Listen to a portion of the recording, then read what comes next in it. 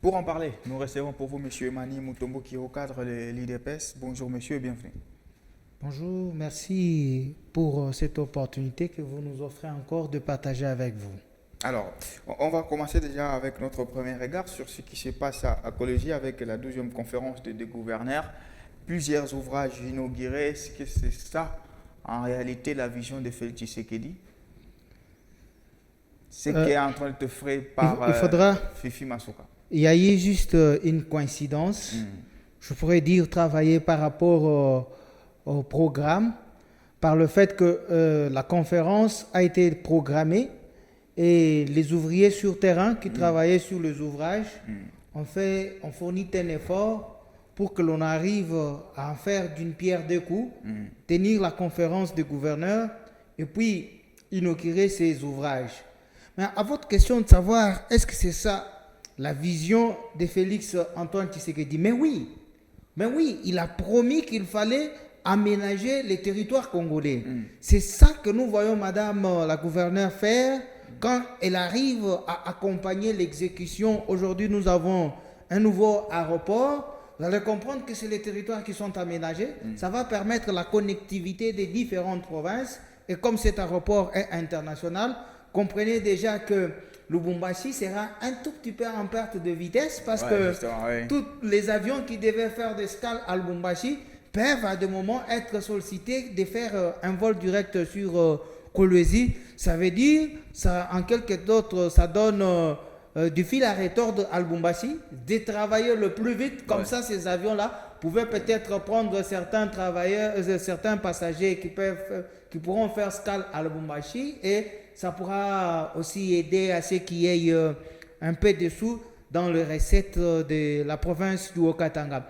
Et pas seulement qu'il y a la connectivité, le fait qu'il y a eu une bonne coïncidence entre les gouverneurs d'autres provinces, c'est aussi une interpellation aux uns et aux autres. Mais tous n'ont pas les mêmes forces. Tous n'ont pas les mêmes forces, tous n'ont pas le même moyen, ils ne sont pas tous obligés de faire la même réalisation dans le même timing, mais qu'il faudra quand même qu'ils puissent piper à cette volonté. Ça pourrait stimuler en eux une certaine façon de voir les choses.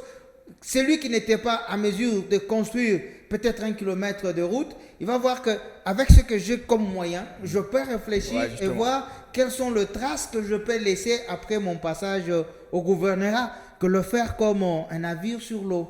Est-ce que le Lubumbashi avec Jacques Abola Katoué, les Lualaba avec Fifi Masuka ne sont pas juste l'arbre qui cache la forêt? Est-ce que toutes les provinces, selon vous, sont-elles bien gérées? En fait, toutes les provinces sont-ils bien gérées par leur gouverneur ou bien par Kinshasa? Si c'est par leur gouverneur, chaque gouverneur est appelé à faire avec les moyens qui sont à ses bords.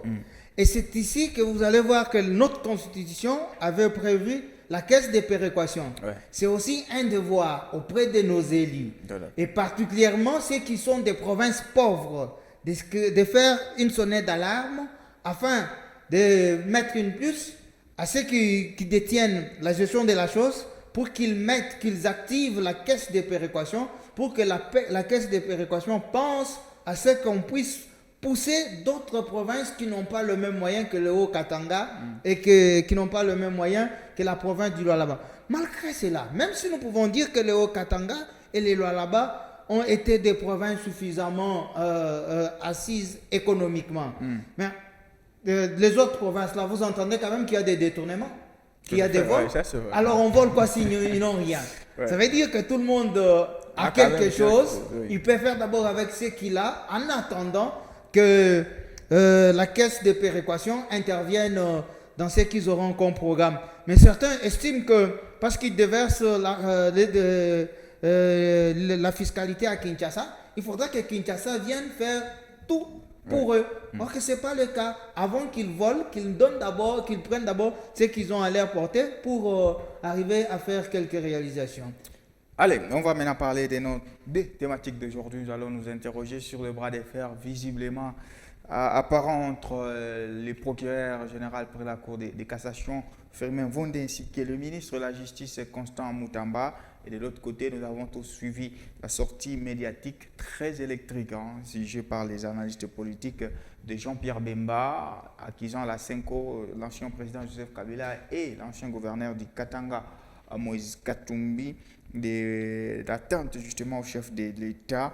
Donc, c'est bras de fer et la réaction de la Senko qui ne s'était pas fait attendre. On va avoir en illustration justement la réaction de la Senko. Alors, monsieur Emmanuel Mutombo, vous suivez l'actualité. Est-ce que quand vous suivez tout ce qui se passe sur le plan judiciaire, sur le plan politique, vous avez peur pour la société congolaise? Personnellement, je ne suis pas peur. C'est la vitalité de la démocratie. Ok. Et c'est aussi, je peux dire, la liberté des institutions. Ok. La séparation des pouvoirs.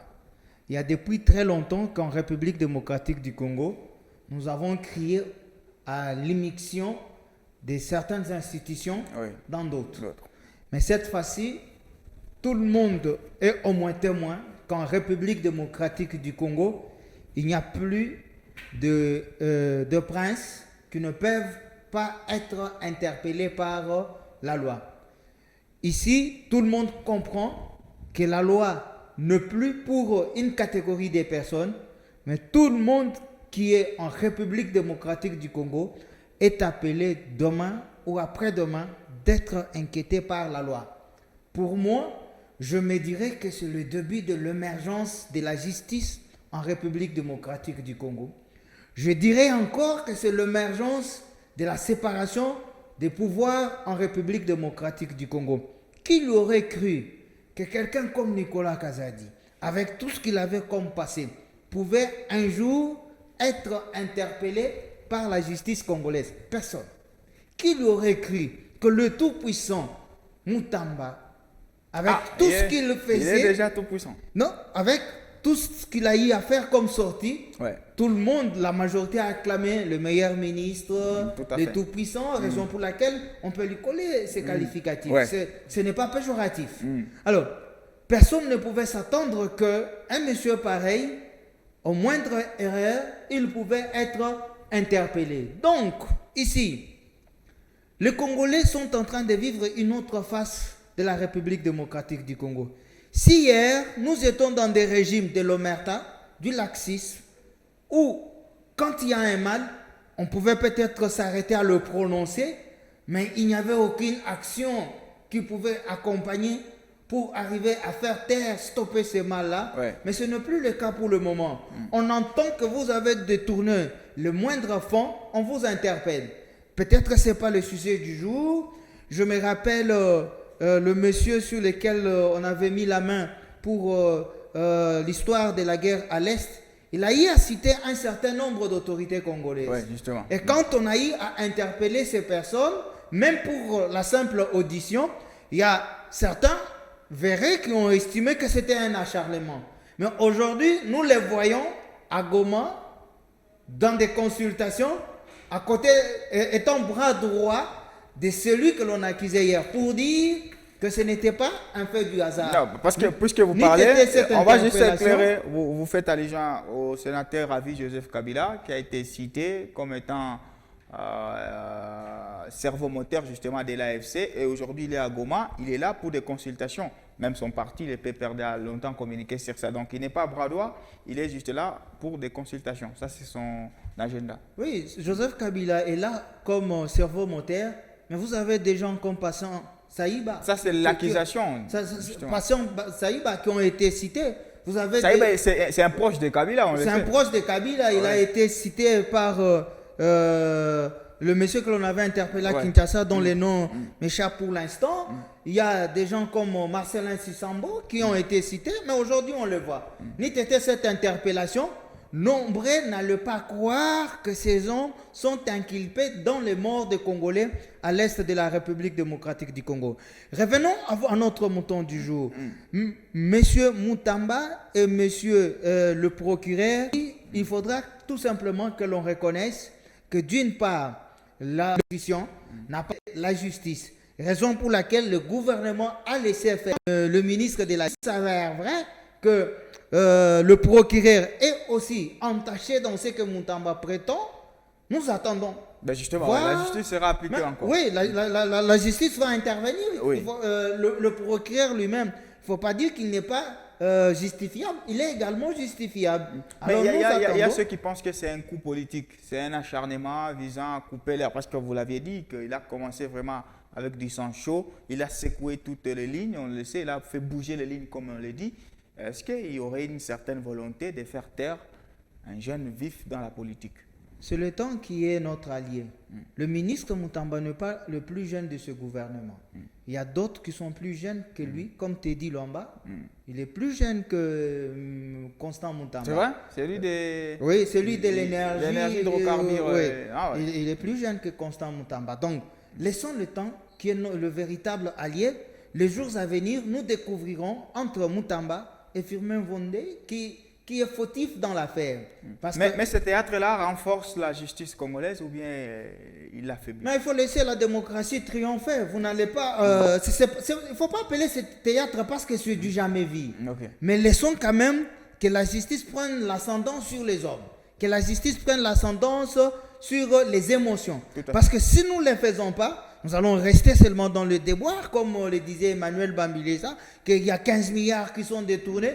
Mais nous n'avons jamais vécu un procès de démonstration pour prouver que ces 15 milliards-là sont détournés. Parce que s'il y aurait un procès, quelqu'un d'autre après lui pourrait dire, voilà le plan stratégique que moi je présente pour arriver à étouffer ce détournement. Mais parce que lui-même l'a dit et que nous n'avons jamais vécu un procès par rapport à ça, ça n'effraie pas, ça n'avait pas effrayé les détourneurs. Raison pour laquelle, pour moi, j'acclame ce qui se passe pour le moment en ce qui concerne le ministre de la Justice et le procureur. N'oubliez pas que nous avons eu un ministre, quand vous dites que c'est du théâtre, non, juste le fait que les hommes se répondent maintenant à travers des lettres interposées sur les réseaux sociaux, ça prend un peu les allures autres.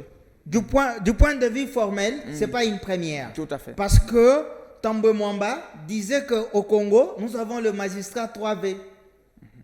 Vous vous rappelez, veste, voiture et villa. Donc, ça, c'est Tambo Mwamba qui le disait.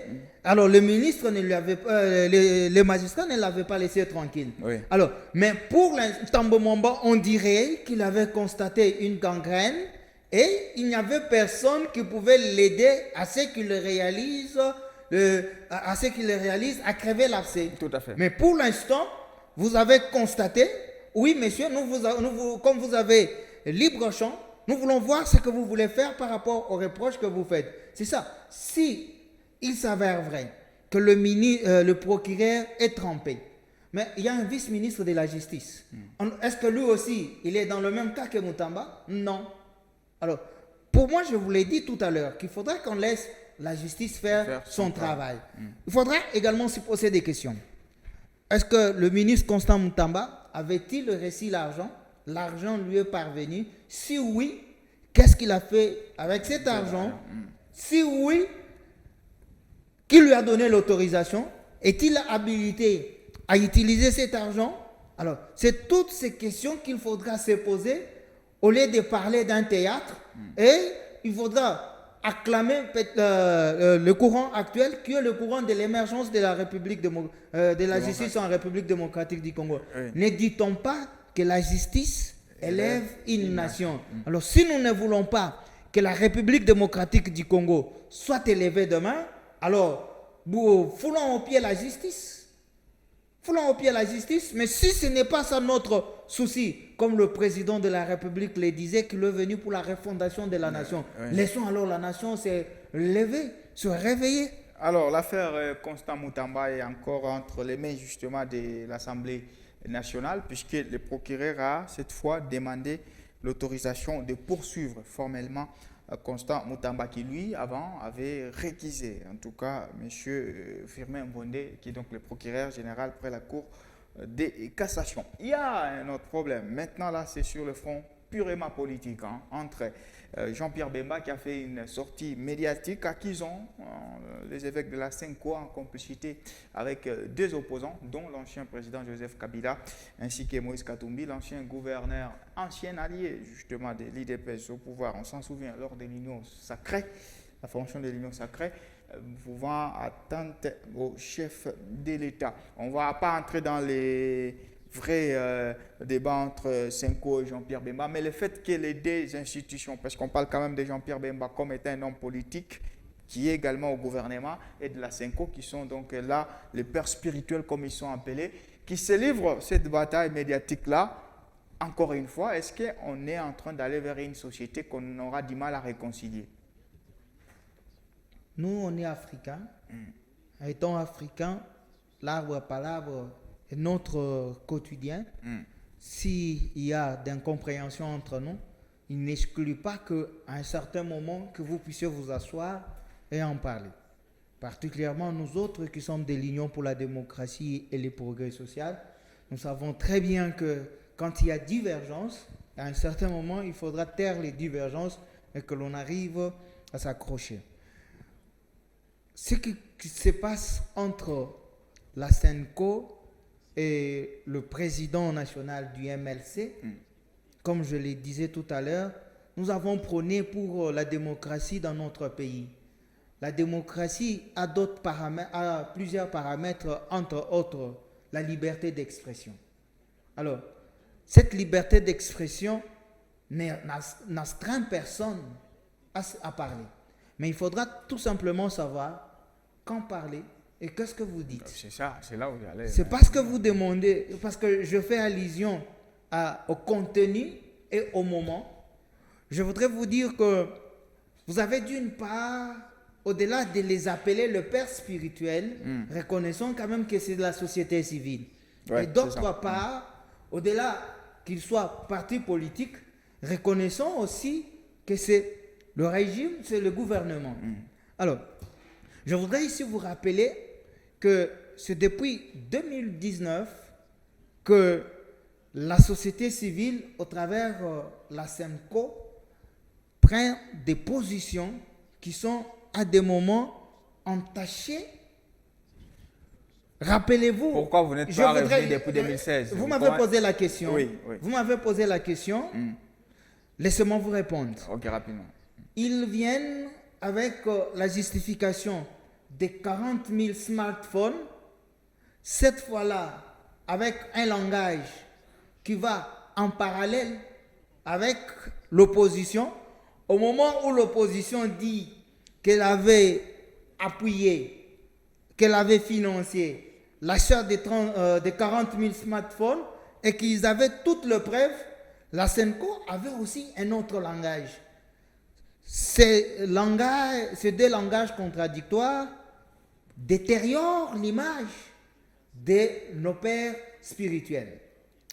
Je reviens en 2000, vous allez voir que jusqu'aux élections de 2023, nous sommes restés sur un courant qui, depuis un temps, n'enfle plus les réseaux sociaux. Le pays est dans une mauvaise direction. Le pays est mal dirigé. Et rappelez-vous de cette phrase qui dit « Le mal du Congo est profond. Il faudra qu'il y ait un courageux qui peut venir sauver la nation. » On va recontextualiser. Je suis dans votre... Il a dit « Je ne serai pas surpris qu'un courageux. » Voilà. C'était ça.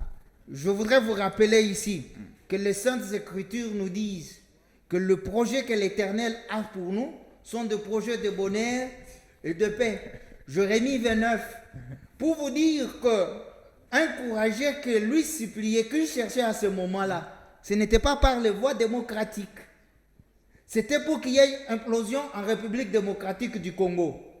N'oubliez pas que après la marche du pacte social qui a été stoppé parce que le contenu, certains n'ont pas adhéré à ça. Comment voudriez-vous qu'un gouvernement se taise? Raison pour laquelle vous avez entendu Jean-Pierre Bemba dire que est-ce que chaque diocèse peut être en mesure de justifier le 1 million? C'est là que j'aime ce régime de Félix-Antoine Tshisekedi. Parce que c'est un régime de la redevabilité. Oui. Chacun doit être capable de répondre de ses actes. Il n'y a pas de personne à innocenter et il n'y a pas ceux qui cherchent à se ponce-pilater.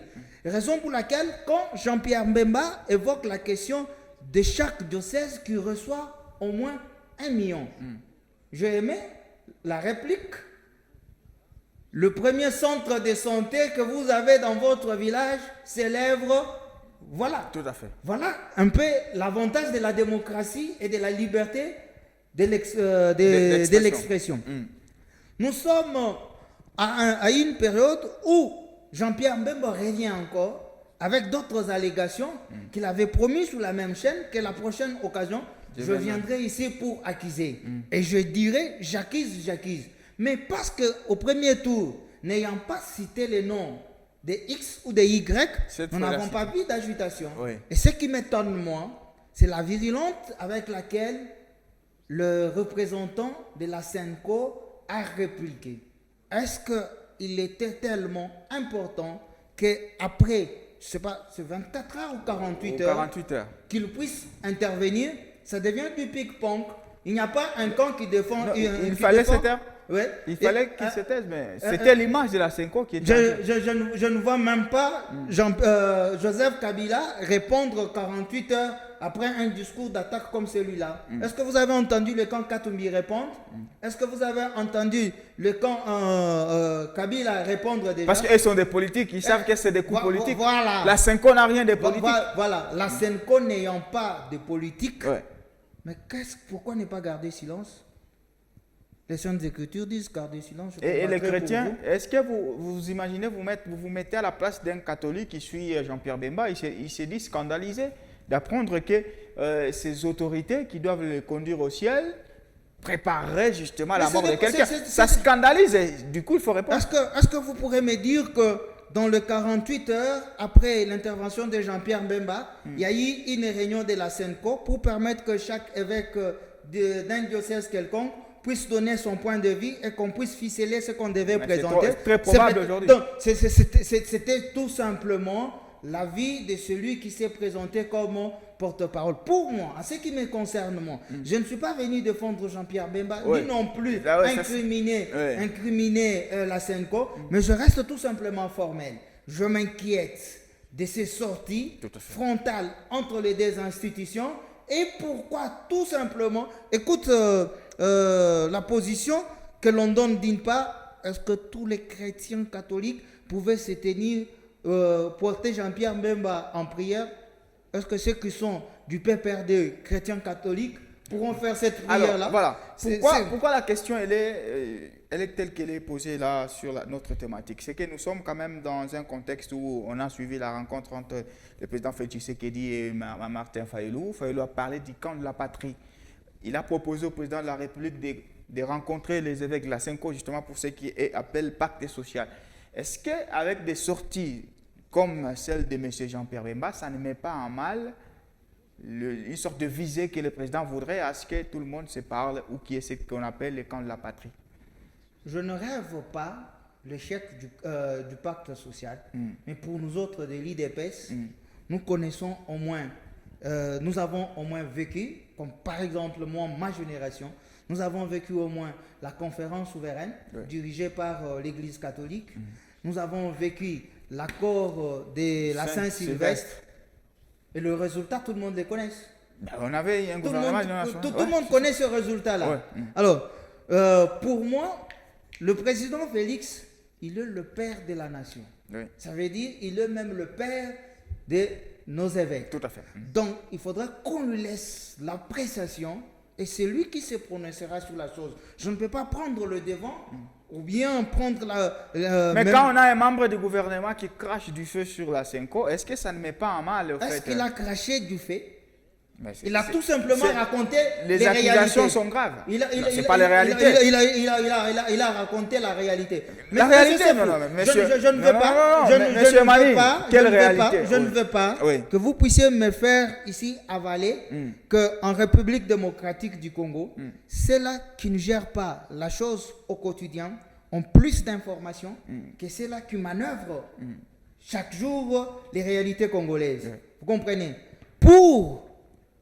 Il y a un camp, pour avoir une information, il faudra qu'on lui rapporte par 3-4 personnes. Tout donc en différé. Ouais. Mais il y a certaines institutions, l'information leur arrive au bon moment et au moment opportun. Ces deux personnes peuvent traiter la même information de deux manières différentes. Alors, si tel est le cas, je voudrais bien que la proposition de l'honorable de l'honorable président Martin Fayulu, reçu par le président de la République, qu'on lui laisse d'apprécier et au moment opportun, il verra qu'est-ce qu'il faudra faire par rapport à la proposition qu'on lui a faite. Oui, on ne dit pas, vous ne parlez pas au nom du président de la République, mais en tant qu'acteur politique, vous êtes membre de l'Union sacrée, de l'IDPS d'ailleurs, qui puissait. Est-ce qu'aujourd'hui le pays a besoin d'un dialogue? Le pays a besoin que les Congolais se parlent. D'un dialogue. Donc. Le Congolais se parle. Quand le Congolais se parle, il ne faudra pas seulement mettre dans la tête qu'il faudra que les Congolais se partagent le pouvoir. Vous comprenez?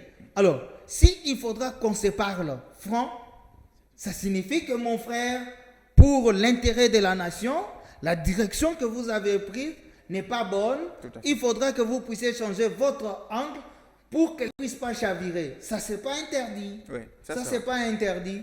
Alors, le président Tshisekedi vient d'un parti politique qui est Union pour la démocratie et le progrès social, où il sait bien que tout peut passer autour d'une table, peut se discuter. Il ne pourra pas refuser à ce que les Congolais se parlent.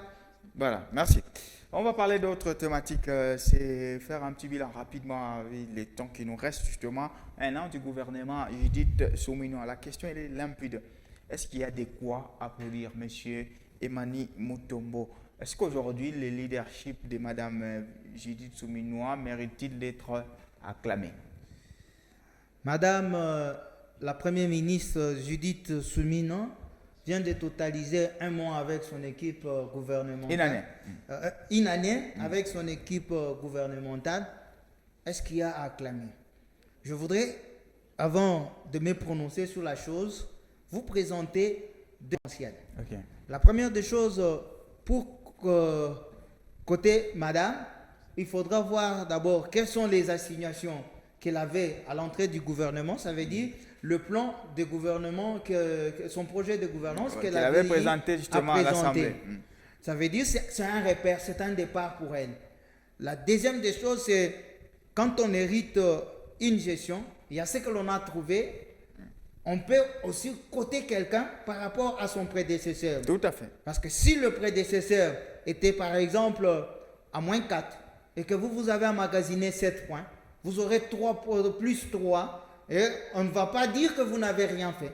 On va voir quand même qu'il y a eu une avancée par rapport au point de départ. Mais parce que madame est là, tout ce qu'elle a trouvé, je peux dire que la majorité, rien n'a été enfreiné. Tout avait maintenu son élan. Raison pour laquelle vous avez aujourd'hui, je crois l'année passée, il y a eu l'inauguration de l'aéroport de Bangkok à Kisangani. Aujourd'hui, hier ou avant-hier, nous parlons de l'aéroport de Kolwezi, de Lualaba. Il y a certains d'autres, vous avez par exemple la construction du port en eau profonde de Banana. Nous voyons les travaux qui sont en évolution. Vous avez par exemple à Kinshasa. Donc, il y a quand même certains signaux. Les plans infrastructures, là, sur le plan infrastructure, on est parti vers l'avant. Si nous pouvons prendre sur le plan de l'armée, nous avons risqué pire. Pire, parce que s'il n'y avait pas d'effort, que ce soit diplomatique, mais tout ça conjugué autour de l'équipe gouvernementale, nous pouvions aujourd'hui parler que nous sommes sous la gouvernance du M23. Mais nous avons eu quand même à stopper et que la solde des éléments sur le front. Le mérite, a été quand même. le mérite, il est à dire on a stoppé. Je peux. Pas on a empêché. Je peux. Oui. Nous avons stoppé. Nous n'avons pas gagné la guerre. Oui. Nous avons stoppé.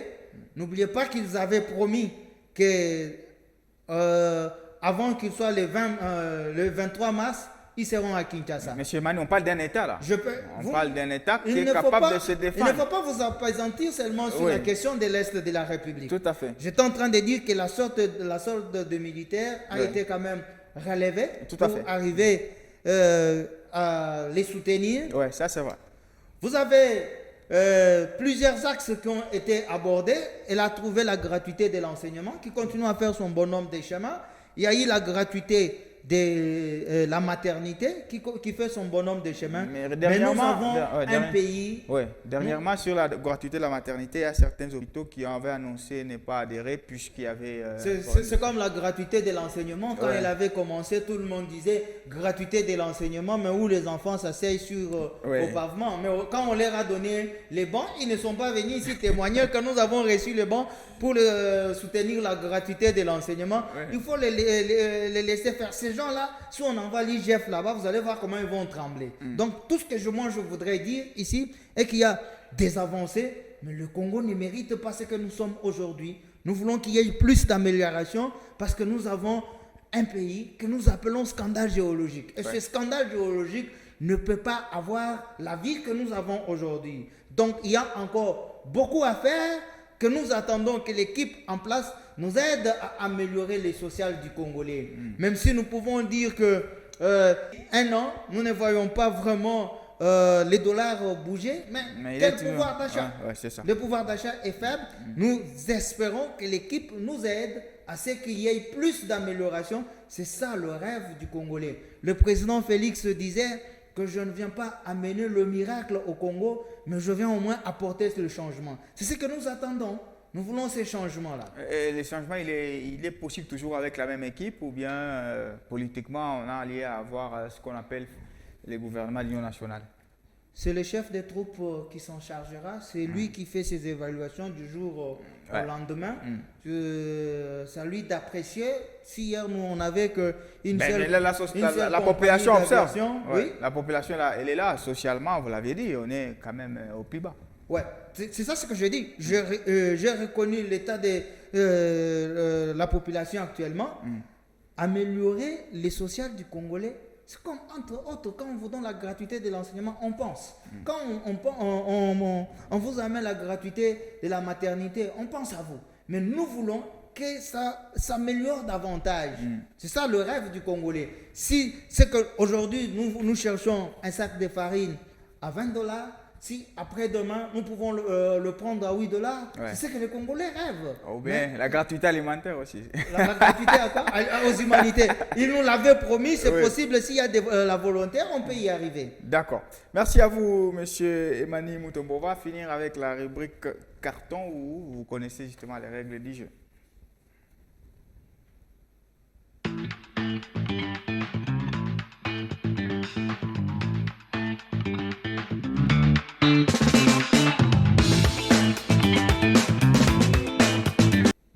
Allez, monsieur Mani Mutombo, au cadre de l'IDPES dans le Haut-Katanga.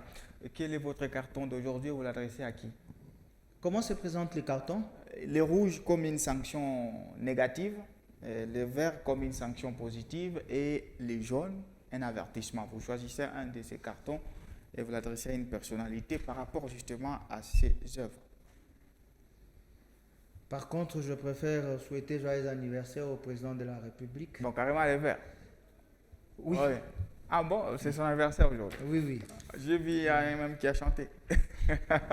Sinon, merci beaucoup d'être passé dans ici. C'est moi qui vous remercie. Allez, c'est la fin de ce numéro du Sidérette qui revient justement la semaine prochaine avec d'autres thématiques, mais également d'autres présentateurs.